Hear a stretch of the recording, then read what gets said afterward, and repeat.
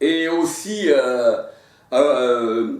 Apocalypse 22, et aussi, on peut revenir un petit peu à l'avant, chapitre 20, eh bien, nous voyons que le Seigneur, eh bien, il est au milieu de son assemblée. Alléluia. Il faut bien s'arrêter sur les mots dans la parole du Seigneur. Le trône de l'agneau est dans la ville, et ses serviteurs le servent. Apocalypse 22, verset 3. Et le nom de la ville, c'est-à-dire de l'épouse, c'est-à-dire du trône, alléluia, c'est-à-dire de Salem, parce que Salem c'est Jérusalem, le nom de la ville, eh bien, et l'Éternel est ici, ça veut dire au milieu de son assemblée. Ézéchiel 48, verset 35. Joël 3, 21. Je vous donne encore d'autres versets. Psaume 82, verset 1. L'Éternel se tient dans l'assemblée des dieux, de Dieu. Alléluia. Là où brille la lumière. Alors on peut regarder aussi Psaume 89, verset 6 à 9. Et Zacharie 8, verset 1 à 8. Zacharie 8, verset 1 à 8. L'Éternel est ici. C'est-à-dire, il n'est pas ailleurs. Ça veut dire que l'Éternel, il se trouve parmi ses enfants. Parce que chaque enfant de Dieu, dans 1 Corinthiens 12, versets 12 à 27, la parole de Dieu, elle dit que nous sommes les membres du corps du Christ. Nous sommes des pierres. C'est nous qui formons la maison de Dieu, la nouvelle Jérusalem. Alléluia. Et quand la parole de Dieu nous dit l'Éternel, eh bien, se tient ici, hein, alléluia, c'est-à-dire parmi son épouse, parmi ses enfants, ça veut dire que notre corps, qui constitue avec tous les enfants de Dieu qu'il y a dans le monde, eh bien, ça forme la nouvelle Jérusalem.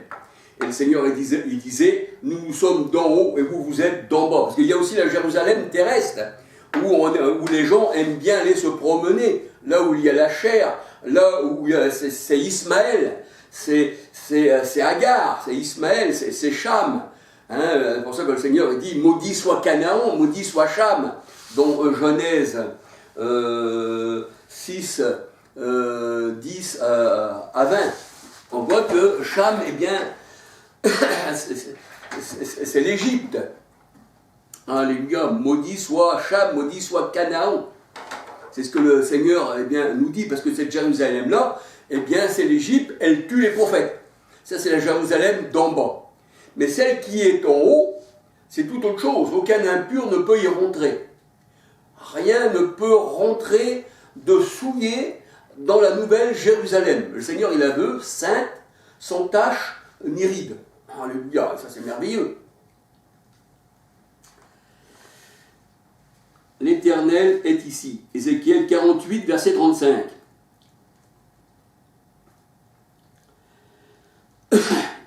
Il la veut sans tache ni ride. Éphésiens 5, versets 22 à 33.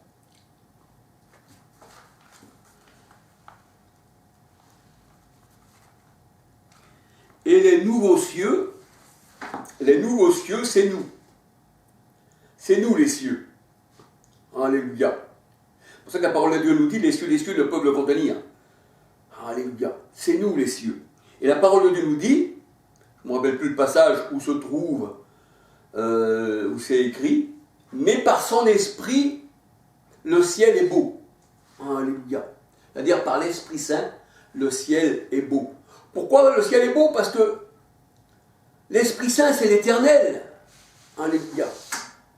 L'Esprit Saint, c'est la présence de Dieu en nous. Jean 4,13, nous savons qu'il demeure en nous par l'Esprit. Mais par son Esprit, le ciel est beau. On peut comprendre que le Seigneur Jésus-Christ, il est le soleil de justice en plus. À la manière de Melchisédek, qui veut dire roi de justice. Luc 1, 78. Et nous voyons que l'Éternel, eh bien, il est le soleil, il est un bouclier. Et par son esprit, le ciel est beau. Parce qu'il fait aussi partie du ciel, le Seigneur. Nous sommes les étoiles, nous sommes les anges. Apocalypse 1, 20. le soleil, c'est l'éternel. Alléluia. Et la lune représente bien sûr l'assemblée du Seigneur. Ça fait partie du ciel. Et par son esprit, le ciel est beau. Alléluia. Et ça, c'est les nouveaux cieux. C'est pour ça que la parole de Dieu, elle dit, et je vis un nouveau ciel, une nouvelle terre, et on l'appellera épouse, dans Apocalypse 21.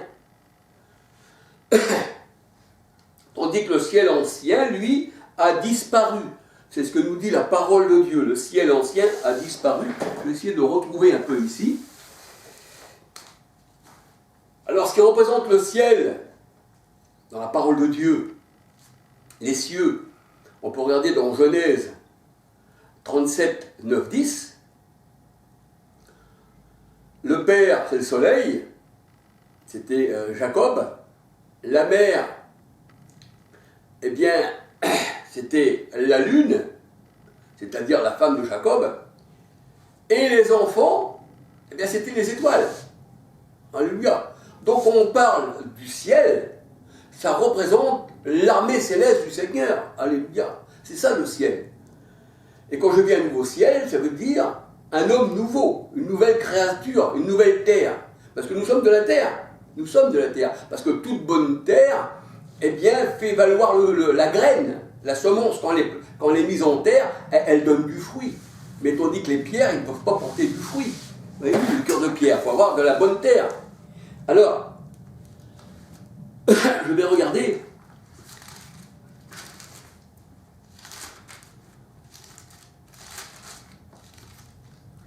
Si je retrouve. Ah oui, alors Apocalypse 20, 11. Puis je vis un grand trône blanc, et celui qui était assis dessus, la terre et le ciel s'enfuirent devant sa face, et ils ne furent plus trouvés de place pour eux. Apocalypse 20, verset 11. C'est-à-dire là, tout ce qui était ancien, les anciens ministères, la lune, le soleil, les étoiles, tout ça, ça devait être jeté à terre. Les étoiles ne brilleront plus, la lune n'aura plus sa clarté, et le soleil se couchera. Quand le soleil se couche sur quelqu'un, puisque Dieu est comparé à un soleil, ça veut dire que sa lumière ne brille plus sur toi. Et là, dans Apocalypse 20, verset 11, puis je vis un gros trône blanc. Le trône blanc, c'est la Nouvelle Jérusalem. Et celui qui était assis dessus, c'est-à-dire la Nouvelle Jérusalem, la terre et le ciel s'enfuirent devant sa face. C'est pour ça qu'il est dit dans Apocalypse 21, verset 1, qu'on lit un peu plus loin, puis je vis un nouveau ciel, et une nouvelle terre, car le premier ciel et la première terre avaient disparu, et la mer n'était plus. Et la mer, Apocalypse 17, 1, 15, ça représente le monde. Apocalypse 17, 1, 15, ça représente le monde. La mer n'était plus. Le monde n'était plus. Alléluia. Donc, pour ça que le Seigneur nous a séparés du monde. Et puis, dans l'Apocalypse 21, verset 3, et j'entendis du trône une voix. Alors, quand on dit j'entendis du trône, puisque Jérémie 3,17 nous dit que le trône c'est Jérusalem, c'est-à-dire j'entendis de Jérusalem, mais Jérusalem c'est l'épouse, c'est-à-dire, et j'entendis de l'assemblée de Dieu, de l'armée céleste, c'est-à-dire le trône, Apocalypse 21, 3, et j'entendis du trône une forte voix qui disait, voici le tabernacle de Dieu avec les hommes. Il habitera avec eux, ils seront son peuple, et Dieu lui-même sera avec eux. Alléluia. Et Dieu lui-même sera avec eux. C'est-à-dire que l'épouse, c'est le tabernacle de Dieu. L'épouse, c'est le tabernacle de Dieu. Alléluia. Il y a tellement de choses à parler sur la parole de Dieu. C'est tellement grand, il faudrait plusieurs, études pour pouvoir parler de tout ça. Parce que dans tout ce que je dis là en ce moment, il y a beaucoup de choses à dire, il y a beaucoup de directions à prendre qui nous feront comprendre encore pas mal de choses. Alléluia. Donc on peut dire que le tabernacle, c'est la demeure du Seigneur. Alléluia. Parce que nous sommes aussi le temple, c'est ça, hein? L'Éternel est dans son temple. Le royaume des cieux est en vous, qui dit le Seigneur. Et que Christ règne dans vos cœurs.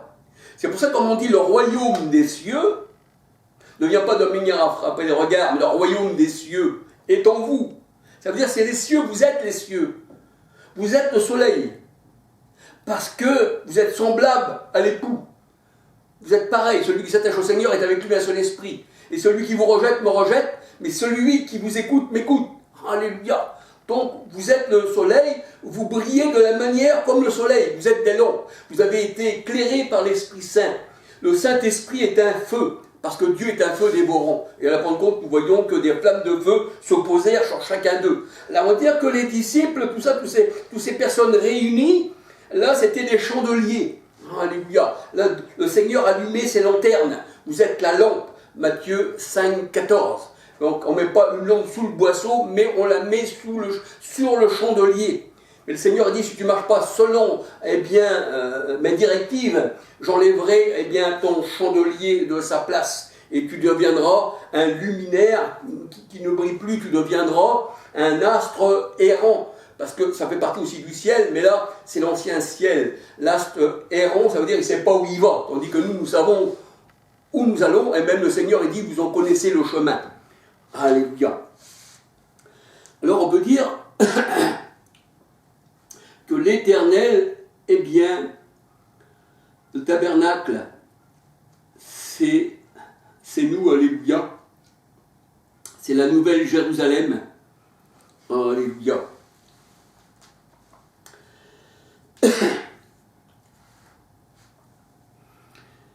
La parole de Dieu nous dit que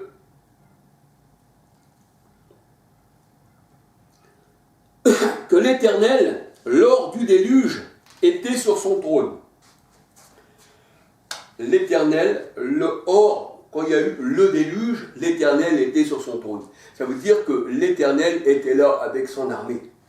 Et quand nous voyons les écluses du ciel qui ont été ouvertes, ça représente l'armée du Seigneur. Alléluia. Parce que l'eau d'en haut représente l'armée du Seigneur.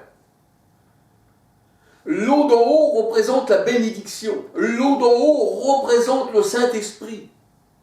Il faut renaître de l'eau de l'Esprit. Il faut renaître d'en haut. Dans Jean 3, verset 3 à 8. Il faut naître de l'eau de l'Esprit. Lavé par l'eau de la parole. Et quand le Seigneur il parle des eaux, les eaux d'en haut, ça représente l'armée céleste du Seigneur. Et au temps de Noé, quand les écluses des cieux ont été ouvertes, ça veut dire que le Seigneur sur son trône était là hors du déluge. Ça veut dire que c'est le Seigneur qui a saccagé le temps ancien. Alléluia. Les anciens cieux, les anciennes terres, tout ça, le Seigneur, les montagnes, les collines, tout ça, il a tout ravagé. Alléluia. On peut regarder dans 2 Pierre 3, verset 5. 2 Pierre 3, verset 5, 6, 7, 8. L'Éternel, lors du déluge, était sur son trône. Psaume 29, verset 10. Genèse 6, verset 17. Et la parole de Dieu nous dit que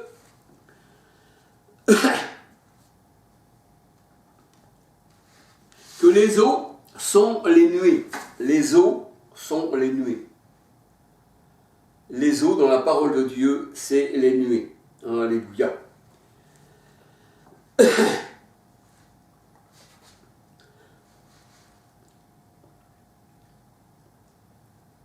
Les eaux, c'est les nuées. On peut regarder dans le psaume 148, versets 1 à 13. Psaume 148, versets 1 à 13.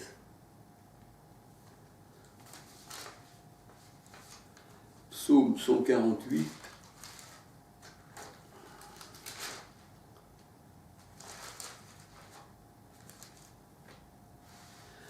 Alors, psaume 148, louez l'Éternel. Louez l'Éternel du haut des cieux. C'est toujours dans les cieux. Parce que le Seigneur il nous a mis dans une position élevée. Éphésiens 2,6 nous a fait asseoir dans les lieux célestes. Louez l'Éternel du haut des cieux. Louez-le dans les lieux élevés. Louez-le, vous tous ses anges. Louez-le, vous toutes ses armées. Louez-le, soleil et lune. Louez-le, soleil et lune. Louez-le, vous toutes étoiles lumineuses. Alors on peut regarder Genèse 37, verset 9-10. Ça représente les hommes. Les étoiles, le soleil, la lune, ça représente les hommes. Et le Seigneur lui-même, il représente le soleil, il représente l'Éternel. Alors, psaume 148 encore, hein, là c'est verset 4. Louez-le, cieux des cieux. Et vous, ô qui êtes au-dessus des cieux, vous, ô qui êtes au-dessus des cieux, les eaux qui sont au-dessus des cieux, c'est l'armée céleste du Seigneur. Et quand le Seigneur, au temps du déluge, quand il était sur son trône, eh bien, la parole de Dieu nous dit, au temps de Noé, les écluses des cieux furent ouvertes.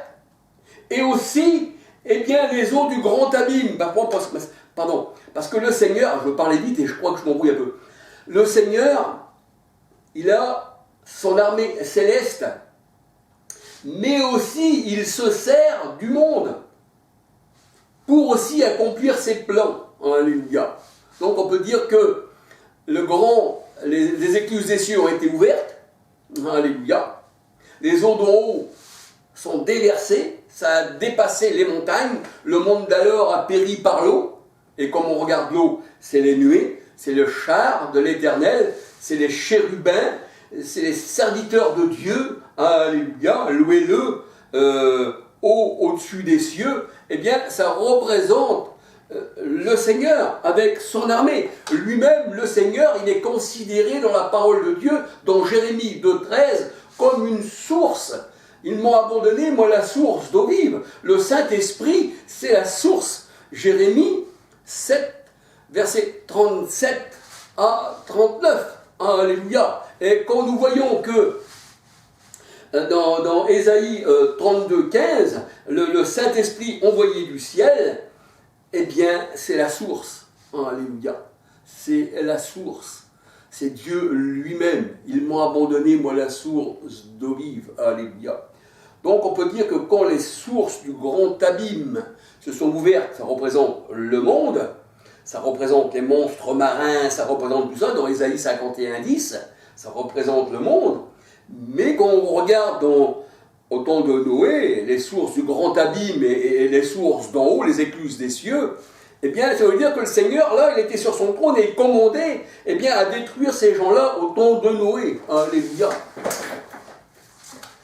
Donc, c'est vrai que ça paraît invraisemblable ce que je dis, c'est vrai que ça paraît être folie, mais cependant, le Seigneur, il dit, on vous prendra pour des fous. Mais soyez heureux lorsqu'on dira faussement du mal de vous, car la folie ne se tient pas dans les enfants de Dieu, mais elle se tient dans ceux qui appartiennent au monde. Parce que la parole de Dieu est folie pour celui qui périt. Alléluia.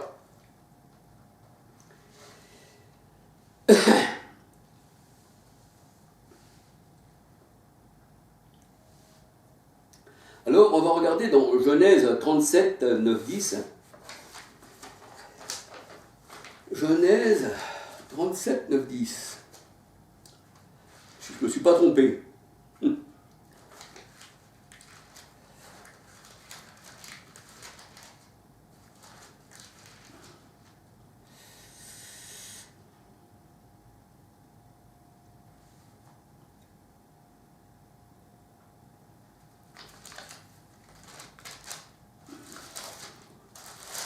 Je crois que c'était Genèse 7.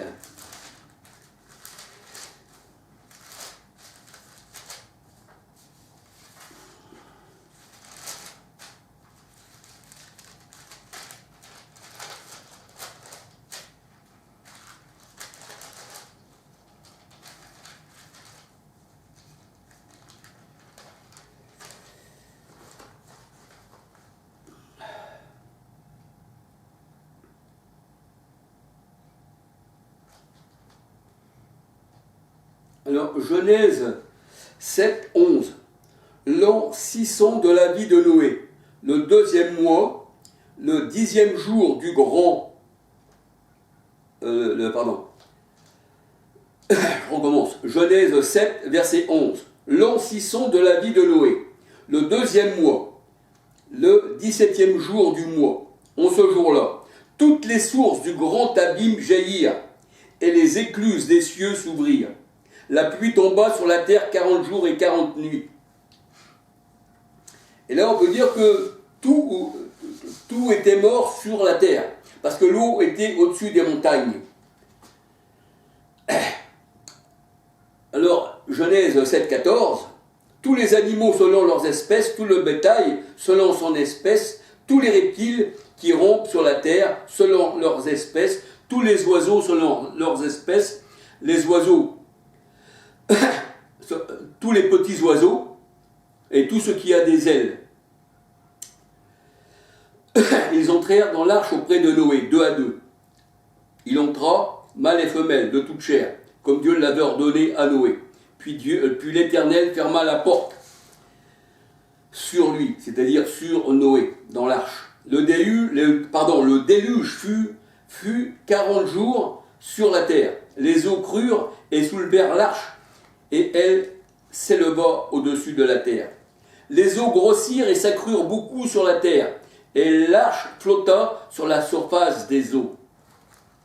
Les eaux grossirent de plus en plus, et toutes les hauteurs et toutes les hautes montagnes, qui sont sous le ciel entier furent couvertes. Les montagnes qui furent sous le ciel. Et les montagnes, Apocalypse 17, 9, 11, ce sont des rois, c'est la bête. Apocalypse 17, 9, 11.